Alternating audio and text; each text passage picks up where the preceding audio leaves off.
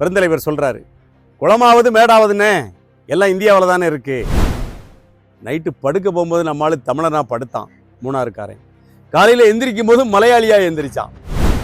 தமிழ்நாட்டு மக்களுடைய வரிப்பணத்திலே கட்டப்பட்ட 2 அணைகளும் இன்றைக்கு எங்க இருக்கு? கேரளாவில் இருக்கு. தாய் இல்லத்தோடு என்ன செய்யறாரு? மலமுலா டேம் கேரளாவுக்கு போயிருச்சு. எதிர்ப்பு தெரிவிக்கல நம்முடைய பெருந்தலைவர். நல்லா இருக்கட்டும் அவன் விட்டுட்டாரு. இந்த பக்கம் லால் பகதூர் சாஸ்திரி, இந்த பக்கம் அம்மையார் இந்திரா காந்தி, நடுவுல கால் மேல கால் போட்டு உட்கார்ந்தார். இந்த எங்க செங்கோட்டை தாலுகாவினுடைய பாதி போயிடுச்சு. கல்லடா ஆறு இருக்கு பாருங்க, கல்லடா ஆறு தமிழகத்திற்கு சொந்தமான செங்கோட்டை தாலுகாவினுடைய ஆறு. தண்ணி கலக்க வந்திருக்கணும், கம்ப தூக்கி நின்றுக்கணும். எல்லாம் எங்க ஊருடான்னு சொல்லி இருந்தா மலம்புழா அணை தமிழ்நாட்டில். அவருக்கு பிடிக்கலையா போயிட்டு வாடான்றாரு, பிடிச்சா தூக்கி தலையில வச்சுக்கிடுவாரு. இந்தியாவில் தலைவர்கள் இல்லையா? எவ்வளவு பெரிய லீடர்ஸ் எல்லாம் இருந்திருக்கான் நேரு காலத்துல. ஆனால் ஒரே ஒருவர் தான் கிங் மேக்கர். வரலாறு படிக்காத சமூகம் வரலாறை படைக்க முடியாது என்கிற. அனைவருக்கும் வணக்கம். காமராஜர் பெருந்தலைவர் தமிழகத்தினுடைய ஒரு அழிக்க முடியாத ஒரு ஆளுமை. ஒரு தமிழகம் அந்த உள்கட்டமைப்பு அப்படின்னு சொல்லக்கூடிய விஷயத்துல உச்சம் தொடுவதற்கு காரணமாக இருந்தவர் பெருந்தலைவர் காமராஜர். மறக்க முடியாதவரை. அவர் கட்டியமைத்து விட்டு போன அணைகளில் இருந்தால் இன்றைக்கு லட்சக்கணக்கான ஏக்கர் பாசனம் நடைபெற்று கொண்டிருக்கிறது. அதான் உண்மை. முல்லைப்பெரியாறு மேட்டூர் அணைகளை தவிர்த்து பார்த்தோம் என்று சொன்னால், கல்லணையை தவிர்த்து விட்டு பார்த்தோம் என்று சொன்னால், காமராஜர் கட்டிய அணைகள் தான் இன்றைக்கு பெயர் சொல்லி கொண்டிருக்கிறது. பிற்காலத்திலே தென்காசி மாவட்டத்திலே கடனாநதி, கருப்பாநதி, ராமநதி, குண்டாறு போன்றவைகள் கட்டப்பட்டாலும் அதற்கான அடித்தளமிட்டவர் பெருந்தலைவர் காமராஜர். அந்த வகையிலே அவரை நாம் என்ன செய்கிறோம்? வணங்கி இந்த செய்தியை தொடங்குகிறோம். எல்லா மனிதருக்கும் 2 பக்கம் இருக்கும். ஒரு புறத்தில் பார்த்தோம் என்று சொன்னால், பெருந்தலைவருடைய அளப்பரிய பணிகள் இன்றைக்கும் வானளாவ அது உயர்ந்து நிற்கிறது. அதில் எந்த குறையும் இல்லை. அந்த வகையில் அவர் போற்றப்பட வேண்டியவர் தான். சமகாலத்தில் கேரளாவில் EMS நம்பூதிரிபாட் ஒரு மிகப்பெரிய தவிர்க்க முடியாத ஆளுமை. EMS நம்பூதிரிபாட் 2 பேர் அந்த மண்ணினுடைய மக்களால் கொண்டாடப்பட்டவர்கள். இருந்தாலும் கூட கேரளாவினுடைய உள்கட்டமைப்பிலே நம்பூதிரிபாட் செலுத்திய அக்கறையை விட நம்முடைய பெருந்தலைவர் ஒரு மிகப்பெரிய அக்கறையை அதிலே செலுத்தினார். அதில் எந்த மாற்று கருத்தும் இல்லை. ஒரு புறத்தில் இன்றைக்கு அவரை குறித்த விமர்சனங்கள் வந்து கொண்டே இருக்கிறது. கடுமையான விமர்சனத்துக்கு உள்ளாக்கப்பட்டிருக்கிறார் பெருந்தலைவர் காமராஜர். அவர் வாழும் காலத்திலேயே மிகப்பெரிய விமர்சனங்களுக்கு உள்ளாக்கப்பட்டவர் தான். அதில் மாற்று கருத்து இல்லை. எவ்வளவு பெரிய தலைவர் காமராஜர். மணிமுத்தாறு அணையை கட்டணும். திருச்செந்தூர் நாடாளுமன்ற உறுப்பினர் KT கோசல்ராம் வராரு பெருந்தலைவர்கிட்ட. வந்துட்டு, திருச்செந்தூர் தாலுகா வறண்டு போய் கிடக்கிறது, மக்கள் எல்லாம் தண்ணீருக்காக ஏங்கி கொண்டிருக்கிறார்கள், கடல் தண்ணீர் உட்புகுந்து கொண்டிருக்கிறது, குடிக்க தண்ணி இல்லை தலைவரே அப்படின்னு சொல்லும்போது, அந்த கோசல்ராமை கூப்பிட்டு, அரசாங்கத்திட்ட கஜானாவில் பணம் இல்லை கோசல்ராம், நீ அந்த மக்கள்கிட்ட பணம் திரட்டிட்டு வா, அணையை கட்டுவோம்னு சொன்னாரு. 1 கோடி ரூபாய் அன்றைக்கு KT கோசல்ராம் நாடாளுமன்றத்திலே ஆங்கிலத்திலே மிகச் சுத்தமாக உரையாடக்கூடிய ஒரு எளிய தலைவர் KT கோசல்ராம் 1 கோடி ரூபாயை திரட்டி கொண்டு வந்து காமராஜரிடத்திலே கொடுத்து கட்டப்பட்ட அணைதான் மணிமுத்தாறு அணை. மாஞ்சோலையிலே மேலே ஒரு அணையை கட்டினார் பெருந்தலைவர், கோதையாறு அணை. அந்த தண்ணி எங்க போகுது? நேர கீழே பேச்சிப்பாறைக்கும் பெருஞ்சாணைக்கும் எங்க போகுது? குமரி மாவட்டத்துக்கு போச்சு தண்ணி, குழாய் மூலமாக. இந்த பக்கம் வரக்கூடிய தண்ணி மாஞ்சோலைக்கு கீழே மாஞ்சோலைக்கு மேலே இருக்கக்கூடிய தண்ணி எல்லாம் குமரி மாவட்டத்தில், மாஞ்சோலைக்கு கீழே வந்த தண்ணி எல்லாம் மணிமுத்தாறு அணையிலே தேக்கப்பட்டு எங்க போகுது? திருச்செந்தூர் தாலுகாக்கு போச்சு. இன்றைக்கு ஆத்தூர், ஏரல், ஆறுமுகநேரி பகுதியில் வாழை விவசாயம் கொடிகட்டி பறப்பதற்கு காரணம் மணிமுத்தாறு அணை. அதை கட்டியவர் பெருந்தலைவர் காமராஜர். அதற்கு பணம் பிரித்து கொடுத்தபடியே KT கோசல்ராம். ஆனா இன்றைக்கு நாம கடுமையான விமர்சனங்களை காமராஜர் மேல் வைக்கிறோம். அவருக்கு ஜாதி பற்று இருந்ததாக இன்றைக்கு சொல்கிறோம். ஆனால் அந்த கோசல்ராம் தன்னுடைய சொந்த சமூகத்தைச் சேர்ந்தவர் பெருந்தலைவர் காமராஜருக்கு. ஒரு கட்டத்தில் மணிமுத்தாறு அணை கட்டின உடனே திருச்செந்தூர்ல கூட்டம் போட்டா காமராஜர்னு பேரை உச்சரிக்கும் போது வராத கைதட்டல் KT கோசல்ராமுக்கு வந்ததும் அவரை என்ன செய்யறாரு?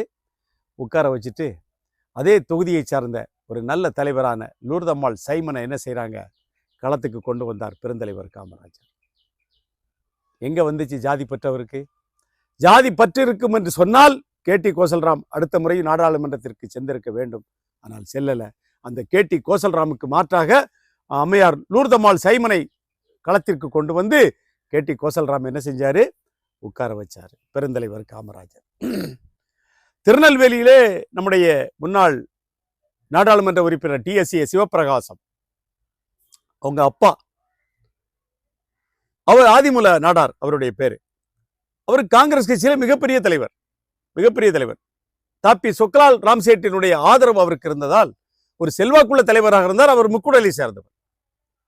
அப்போ அந்த ஆதிமூல நாடார் திருநெல்வேலியில ஒரு மிகப்பெரிய சக்தி. சொக்கலால் பீடியினுடைய ஆதரவு இருக்கிறதுனால பெரிய ஒரு மக்கள் செல்வாக்கோடு இருக்கிறார். ஆதிமூல நாடார் எங்கே தனக்கு எதிராக கட்சிக்குள் வளர்ந்து விடுவாரோ அப்படின்னு பெருந்தலைவர் நினைத்ததாக வரலாற்றிலே சொல்லப்பட்டிருக்கிறது. அந்த ஆதிமூல நாடாருக்கு மாற்றாகத்தான் நம்முடைய மறைந்த மரியாதைக்குரிய சபாநாயகர் செல்லப்பாண்டியனை களத்துக்கு கொண்டு வந்தார் பெருந்தலைவர் காமராஜர்.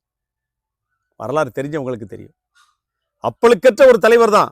அவரை இங்க சில பேர் ஜாதிக்குள்ள அடைக்கிறாங்க. அதுக்கு தான் இந்த விளக்கம் நான் கொடுத்துட்டு இருக்கேன். அவர் ஜாதிக்குள் அப்பாற்பட்டவருங்கிறதுக்கு இந்த விளக்கம் போதுமானதுன்னு நான் நினைக்கிறேன். அப்ப ஆதிமூல நாடாருடைய வரலாறு சகாப்தம் முடிஞ்சு யார் வர்றா? சபாநாயகர் செல்லப்பாண்டியன் வந்தாச்சு. ஒரு அப்பளுக்கு இல்லாத ஒரு தலைவர் சபாநாயகர் செல்லப்பாண்டியன். அவரை ஜெயிக்க வச்சு என்ன செஞ்சாச்சு? சபாநாயகராக அழகு பார்த்தாச்சு. ஆதிமூல நாடார் என்ன செய்யறாரு? அரசியலிலே இறங்கு முகமானதும் அவருடைய மகன் TSA ஆதிமூல நாடாருடைய பையன் சிவபிரகாசம் என்ன செய்யறாரு? திமுகல போய் சேர்ந்து நாடாளுமன்ற உறுப்பினராக 2 முறை திருநெல்வேலி நாடாளுமன்றத்திலே. அப்போ அவர் ஜாதிக்கு அப்பாற்பட்டவர் அப்படிங்கிறதுக்கு இந்த 2 சொந்த ஜாதிக்கு ஆதரவாக இல்லைங்கிறதுக்கு இது ஒரு மிக முக்கியமான ஒரு காரணம். இவ்வளவு நலப்பணிகளை இந்த மண்ணுக்கு செய்துவிட்டு போன பெருந்தலைவர் காமராஜர் இன்னொரு விடயத்திலும் இடறினார். ஒரு தலைவர்னு இருந்தா நல்லதும் இருக்கும், கெட்டதும் இருக்கும். தேவிகுளம், பீர்மேடு, உடுமஞ்சோலை பகுதிகள் கேரளாவுக்கு போக வேண்டும். மொழிவழி பிரிவினை குழு அமைக்கப்பட்டாயிற்று. பண்டித நேரு அவர்களால் மொழிவழி பிரிவினை குழு அமைக்கப்பட்டாயிற்று. நீதியரசர் பசலெல்லி தலைமையிலே அமீர் குன்சுரு ஒருத்தர், நம்முடைய KM பணிக்கர் கேரளாவை சேர்ந்த இந்த 3 பேர் தான் உறுப்பினர்கள். நாடு முழுவதும் சுற்றுப்பிரயாணம் செய்கிறார்கள். சட்டம் என்ன சொல்லுது? மொழிவழி பிரிவினை குழு சட்டம் என்ன சொல்லுது? 1956 ஒரு கமிட்டி உறுப்பினர் எந்த மாநிலத்துக்காரரோ அந்த மாநிலத்திற்கும் பக்கத்து மாநிலத்திற்கும் இடையே எல்லை பங்கீடு நடக்கும்போது அவர் இருக்கக்கூடாது. இப்ப எடுத்துக்காட்டுக்கு ஒரு உறுப்பினரான அமீர் குன்சுரு பீகாரை சேர்ந்தவர். அப்போ பீகாருக்கும் ஊபிக்கும் இடையிலே எல்லை பிரிக்கப்படும் போது குன்சுரு அங்க வரக்கூடாது, அந்த பேச்சுவார்த்தையில் இருக்கக்கூடாது. அதான் சட்டம். ஆனால் மொழிவழி பிரிவினை குழுவிலே ஒரு உறுப்பினராக இருந்த கேரளாவை சேர்ந்த KM பணிக்கர் ஒரு மிகப்பெரிய வரலாற்று ஆசிரியர், சீனாவினுடைய தூதர், மாசே துங்கை சந்தித்தவர் என்கிற பல பரிமாண வரலாற்று ஆசிரியர். அப்ப இந்த KM பணிக்கர் என்ன செய்யறாரு? நேரடியாக பெருந்தலைவரை வந்து பார்க்க முடியல. அன்றைக்கு பெருந்தலைவருடைய ஆசானாக இருந்த சத்தியமூர்த்தி ஐயருக்கும் ராஜாஜிக்கும் என்ன செய்யணும்? காமராஜர் ஃபைட் பண்ணணும். அவங்க 2 பேருக்கு எதிராக ஒரு மிகப்பெரிய ஆளுமைகள். அப்ப சத்தியமூர்த்தி ஐயர் என்ன செய்யறாரு? அவரும் நம்முடைய ராஜாஜி சேர்ந்து காமராஜரை கவிழ்க்க நினைத்த போது 2 பேருக்கு எதிராக பெருந்தலைவர் காமராஜருக்கு முட்டுக் கொடுத்து நின்றவர் தந்தை பெரியார். அவர் சொன்னதை கேட்க வேண்டிய நிர்பந்தம் இருந்துச்சு. பெருந்தலைவர் தான் சொன்னாரு, பச்சை தமிழர் காமராஜர். பெரியார் சொன்னதை கேட்க வேண்டிய இடத்திலே பெருந்தலைவர் இருந்தார். அதனால பெரியாரை வந்து என்ன செய்யறார்? திருச்சியில ரத்னவேல் தேவர் மாளிகையில வந்து KM பணிக்கர் வந்து சந்திக்கிறார். KM பணிக்கர் சந்திச்சு, பெரியார் அவர்களே, தேவிகுளம் பீர்மேட்ல எனக்கு ஏலத்தோட்டம் இருக்கிறது. மேலாக கேரளா ஒரு சின்ன மாநிலம். இந்த தேவிகுளம் பீர்மேடு இல்லை என்று சொன்னால் கேரளாவிற்கு தலையில்லாத முண்டமாக கேரளா காட்சியளிக்கும். அதனால தேவிகுளம் பீர்மேட்டை என்ன செய்யணும்? கேரளாவோட சேர்க்கறதுக்கு நீங்க தான் காமராஜர்கிட்ட பெருந்தலைவர்கிட்ட பேசணும்னு சொல்றாரு. அன்னைக்கு தான் ஒரு அறிக்கை கொடுக்கப்படுகிறது. பெருந்தலைவர் சொல்றாரு, குளமாவது மேடாவதுன்னு எல்லாம் இந்தியாவில் தானே இருக்கு அப்படின்னு சொல்றாங்க. இந்த வாசனத்தை எழுதி கொடுத்தது தந்தை பெரியார்.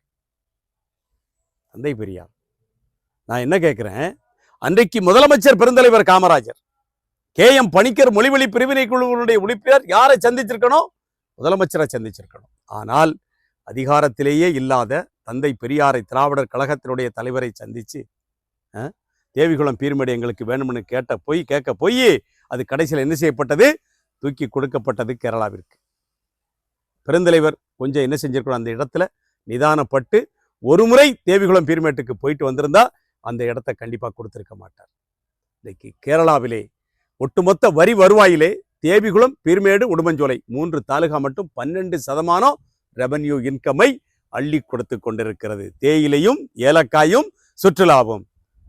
அது இன்றைக்கு தமிழ்நாட்டோடு இருந்திருக்கும் என்று சொன்னால் என்ன நடந்திருக்கும்? ஒரு 10% வரி வருவாய் 3 தாலுகாவில் நமக்கு வந்திருக்கும். சர்வதேச சுற்றுலா மையமாக இன்றைக்கு மூணாறு மாறி இருக்கிறது, பீர்மேடு மாறி இருக்கிறது, குமிளி மாறி இருக்கிறது, தேக்கடி மாறி இருக்கிறது என்று சொன்னால் அதற்கு காரணம் அங்குள்ள தமிழர்களுடைய உழைப்பு. நைட்டு படுக்க போகும்போது நம்மளால தமிழனா படுத்தான் மூணாறுக்காரன். காலையில எந்திரிக்கும் போது மலையாளியா எந்திரிச்சான். ஒரே நாள் இரவில் தேவிகுளம், பீர்மேடு, உடுமஞ்சோலை தாலுகாக்கள் கேரளாவிற்கு போனதற்கு பின்னால் இருந்தது தந்தை பெரியார். அப்ப நம்முடைய பெருந்தலைவர் காமராஜர் கொஞ்சம் நிதானித்து, கொஞ்சம் அவதானித்து அந்த பகுதியை போய் பார்த்துட்டு வந்திருப்பாருன்னா கண்டிப்பாக தூக்கி கொடுக்கப்பட்டிருக்காது. அந்த பகுதி தூக்கி கொடுக்கப்பட்டிருக்கு.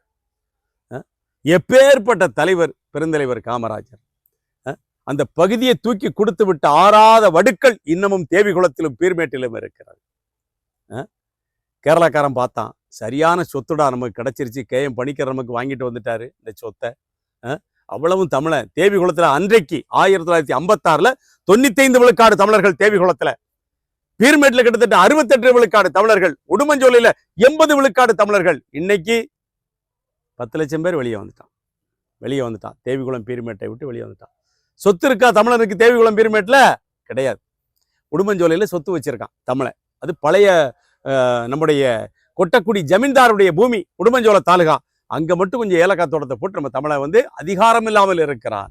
அதற்கு பின்னால் நடந்த இந்த 1956 மொழிவழி பிரிவினையிலே நடந்த இந்த சம்பவம் அவருடைய வானளாவ உயர்ந்து நிற்கக்கூடிய புகழிலே ஒரு சிறு களங்கம். பேசித்தானே ஆகணும். நம்முடைய தாத்தன், நம்முடைய பாட்டன் காமராஜர் பெருந்தலைவர் பேசுவதற்கு நமக்கு எல்லா விதமான உரிமைகளும் இருக்கிறார். என்ன எல்லா உரிமையும் இருக்கு. எங்க தாத்தாங்க போய் தான் பேசணும். நாங்க என்ன நீங்க செஞ்ச நல்லதையும் சொல்றோம். நீங்க இந்த மண்ணுக்கான அடித்தளத்தை போட்டவர். ஒரு இன்ஃப்ராஸ்ட்ரக்சர், ஒரு கட்டமைப்பை உருவாக்கியது பெருந்தலைவர் காமராஜர் இந்த தமிழ்நாட்டுக்கு. ஆனால் நாம் கனவிலே காண முடியாத மலம்புழா அணை, கேரளாவினுடைய அரிசி கிண்ணம் பாலக்காடு மாவட்டத்திலே கட்டியது பெருந்தலைவர் காமராஜர்.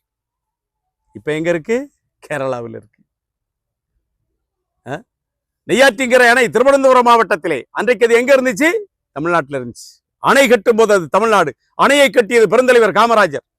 அணை இப்ப எங்க இருக்கு? கேரளாவில் இருக்கு. அன்றைக்கு அணை கட்டப்படக்கூடிய காலத்திலே கேரள முதலமைச்சராக இருந்த சங்கரை கூப்பிட்டு சொல்றாரு பெருந்தலைவர், சங்கர் இங்க வாங்க, நீங்களும் நானும் ஒரே கட்சி.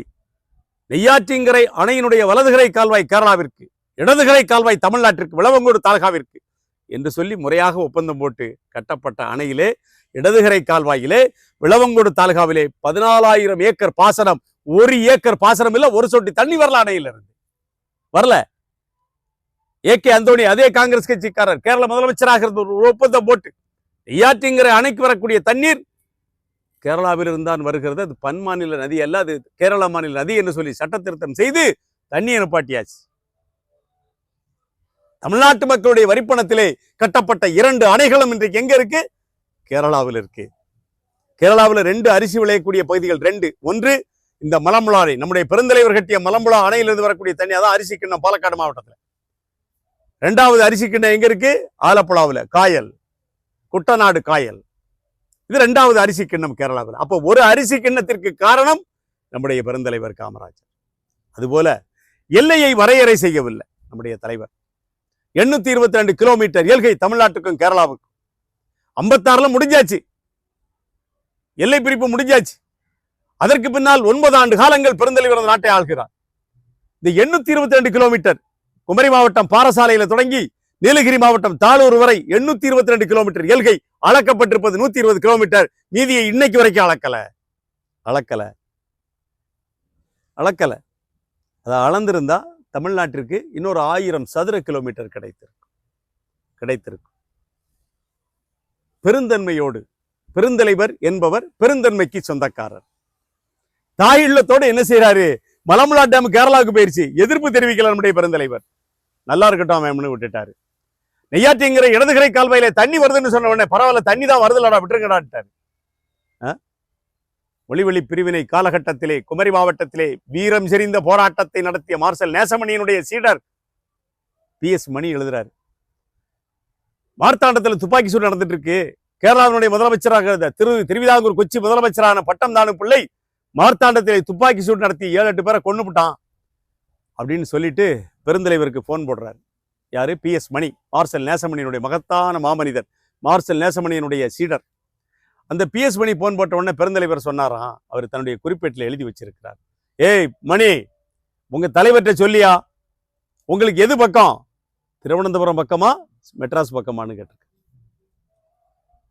குழந்தைத்தனம், பெருந்தன்மை, விட்டு கொடுக்கக்கூடிய அந்த பாங்கு, எவ்வளவு பெரிய ஆளுமை. கால் மேல கால் போட்டு உட்கார்ந்தாரு டெல்லியில. நேரு இறந்தாச்சு, யார பிரதமர் ஆக்குறது, நாட்டோட பிரதமர் ஆக்குறது? அவர் கையசப்பிலே இருந்தது பிரதமர் நாற்காலி, அவருடைய கண்ணசைவிலே இருந்தது பிரதமர் நாற்காலி. இந்த பக்கம் லால் பகதூர் சாஸ்திரி, இந்த பக்கம் அம்மையார் இந்திரா காந்தி, நடுவுல கால் மேல கால் போட்டு உட்கார்ந்தாரு. இவ்வளவு பெரிய லெஜண்ட், லெஜண்ட். மறக்க முடியாத அவரை நாம. வரலாறு அவருக்கான எழுதப்பட்ட வரலாறு என்பது இந்த உலகம் இருக்கும் வரை இருக்கும், அதுல மாற்று கருத்து இல்லை. ஆனால் எங்களுடைய பாட்டனாக எங்களுக்கு நீங்க செஞ்சது நிறைய, அதை இன்னைக்கு வரைக்கும் நாங்க அனுபவிச்சுட்டு இருக்கோம். அதுல எங்களுக்கு ஒரு சந்தோஷம் இருக்கு, மகிழ்ச்சி இருக்கு, ஆனந்தம் இருக்கு, பெருந்தன்மை இருக்கு. எங்கிட்ட கூட ஒரு பெருந்தன்மை இருக்கு, நீங்க கொடுத்துட்டு போனது அது. ஆனால் நீங்க இந்த தந்தை பெரியாருடைய பேச்சை கேட்டுட்டு செய்த சில வேலைகள்ல எங்களுக்கு உடன்பாடு இல்லை, உடன்பாடு இல்லை. சொல்லத்தானே செய்யணும், எங்க தாத்தா தானே, நாங்க சொல்லாம யார் சொல்லுவோம்? கேரளாவை ஒருமுகப்படுத்த வேண்டும். EMS நம்பூதிரிபாட், AK கோபாலன் போன்றவர்கள் எல்லாம் களத்திற்கு வந்து ஒட்டுமொத்தமாக கேரளாவில் இருந்து அரசியல் கட்சிகள் எல்லாம் ஒன்னா சேர்த்து ஐக்கிய கேரளம் என்று நடத்தினார்கள், ஒரு அமைப்பையே நடத்தினார்கள். இந்த எங்க செங்கோட்டை தாலுகாவினுடைய பாதி போயிடுச்சு. இங்க இருந்து அம்பநாடு, கழுதுருட்டி, கல்லடா ஆறு இருக்கு பாருங்க, கல்லடா ஆறு தமிழகத்திற்கு சொந்தமான செங்கோட்டை தாலுகாவினுடைய ஆறு. தண்ணி கிழக்க வந்திருக்கணும், ஆனா இன்னைக்கு எங்க போகுது? ஒட்டுமொத்தமாக திருவனந்தபுரம், கொல்லம், பத்தனந்திட்டா 3 ஜில்லாவில் நீர்ப்பாசன திட்டங்களுக்கு கல்லடாவிலிருந்து கால்வாய் கட்டி தண்ணியை கொண்டு போறான். செங்கோட்டை போச்சு, நெய்யாற்றிங்கரை போச்சு, நடுமங்காடு போச்சு, காட்டாக்கடை போச்சு, பாலக்காடு போச்சு, சித்தூர் போச்சு, சுல்தான்பத்தேரி போச்சு, வயநாடு மாவட்டத்தில் சுல்தான்பத்தேரி, வைத்திரி, மானந்தவாடி எல்லாம் கேரளாவுக்கு போயிடுச்சு, எல்லாம் கேரளாவுக்கு போயிடுச்சு. அதுல நீங்க கம்பை எடுத்திருப்பீன்னு வச்சுக்கோங்களேன், எங்க ஐயா பெருந்தலைவர் காமராஜர் கம்பை தூக்கி நின்றுக்கணும். எல்லாம் எங்க ஊருடான்னு சொல்லியிருந்தா மலம்புழா அணை தமிழ்நாட்டில் இன்றைக்கும் பாலக்காடு மாவட்டம் சித்தூர் தாலுகாவிலே லட்சக்கணக்கில் இருக்கான் தமிழ இங்க வந்திருக்கும். அழகு செழித்த அட்டப்பாடி தமிழ்நாட்டில் இருந்திருக்கும், மட்டத்துக்காடு தமிழ்நாட்டில் இருந்திருக்கும், பாலக்காடே தமிழ்நாட்டில் இருந்திருக்கும். திருவனந்தபுரம் போய் நெய்யாற்றிங்கரைக்கு போய் பாருங்க, எத்தனை வளமான பூமி. நெடுமங்காடு எத்தனை வளமான பூமி, காட்டாக்கடை எத்தனை வளமான பூமி. எல்லாம் போயிருச்சே, எல்லாம் போயிருச்சே. கல்லடா ஆறு போயிருச்சே, முல்லை பெரியாறு அணை போயிருச்சே கேரளாவுக்கு. எங்களுக்கு ஆதங்கங்கள் இருந்தாலும் அவர் எங்களுடைய தாத்தா, எங்களுடைய பாட்டன் என்பதால் தலையிலையும் தூக்கி வச்சு நாங்க கொண்டாடிக்கிட்டே தான் அந்த குறையை சொல்லுதோம். இதுல விமர்சனத்துக்கு எதுவும் இல்லை, நடந்ததை சொல்கிறேன். அவரை எந்த வட்டத்துக்கும் நம்ம அடைக்க முடியாது என்பதற்குத்தான் நான் முதல்ல சொன்ன உதாரணம் KT கோசல்ராம், ஆதிமூல நாடார். எந்த வட்டத்துக்குள்ளே அவரை அடைக்க முடியாது. அவருக்கு பிடிக்கலையா போயிட்டு வாடான்றாரு, பிடிச்சா தூக்கி தலையில வச்சுக்கிடுவாரு. கிங் மேக்கர்னு இந்தியாவில் எவனும் கிடையாது அந்த காலத்துல. அதான் விஷயம். இந்தியாவில் தலைவர்கள் இல்லையா? எவ்வளவு பெரிய லீடர்ஸ் எல்லாம் இருந்திருக்கான் நேரு காலத்துல. ஆனால் ஒரே ஒருவர் தான் கிங் மேக்கர். அந்த பட்டத்துக்கு சொந்தக்காரர் பெருந்தலைவர் காமராஜர். பேசலாம், அவரை பத்தி பேசுறதுக்கு நிறைய செய்தி இருக்கு என்ன. ஆனால் எங்களுடைய செங்கோட்டையை எங்களுக்கு கொடுத்து விட்டு போனதினால் எங்களுடைய சட்டநாத கரையாளருக்கும் நன்றி, பெருந்தலைவர் காமராஜருக்கும் நன்றி. நாங்கள் தமிழர்களாக வாழ்வதற்கு அவர்தான் காரணமாக இருந்தார். அதுல எங்களுக்கு மாற்று கருத்து இல்லை.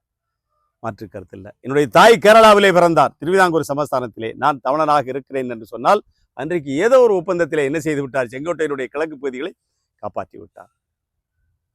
வரலாறு பேசுவதற்கு நிறைய இருக்கிறது. தொடர்ந்து வரலாறை பேசுவேன்.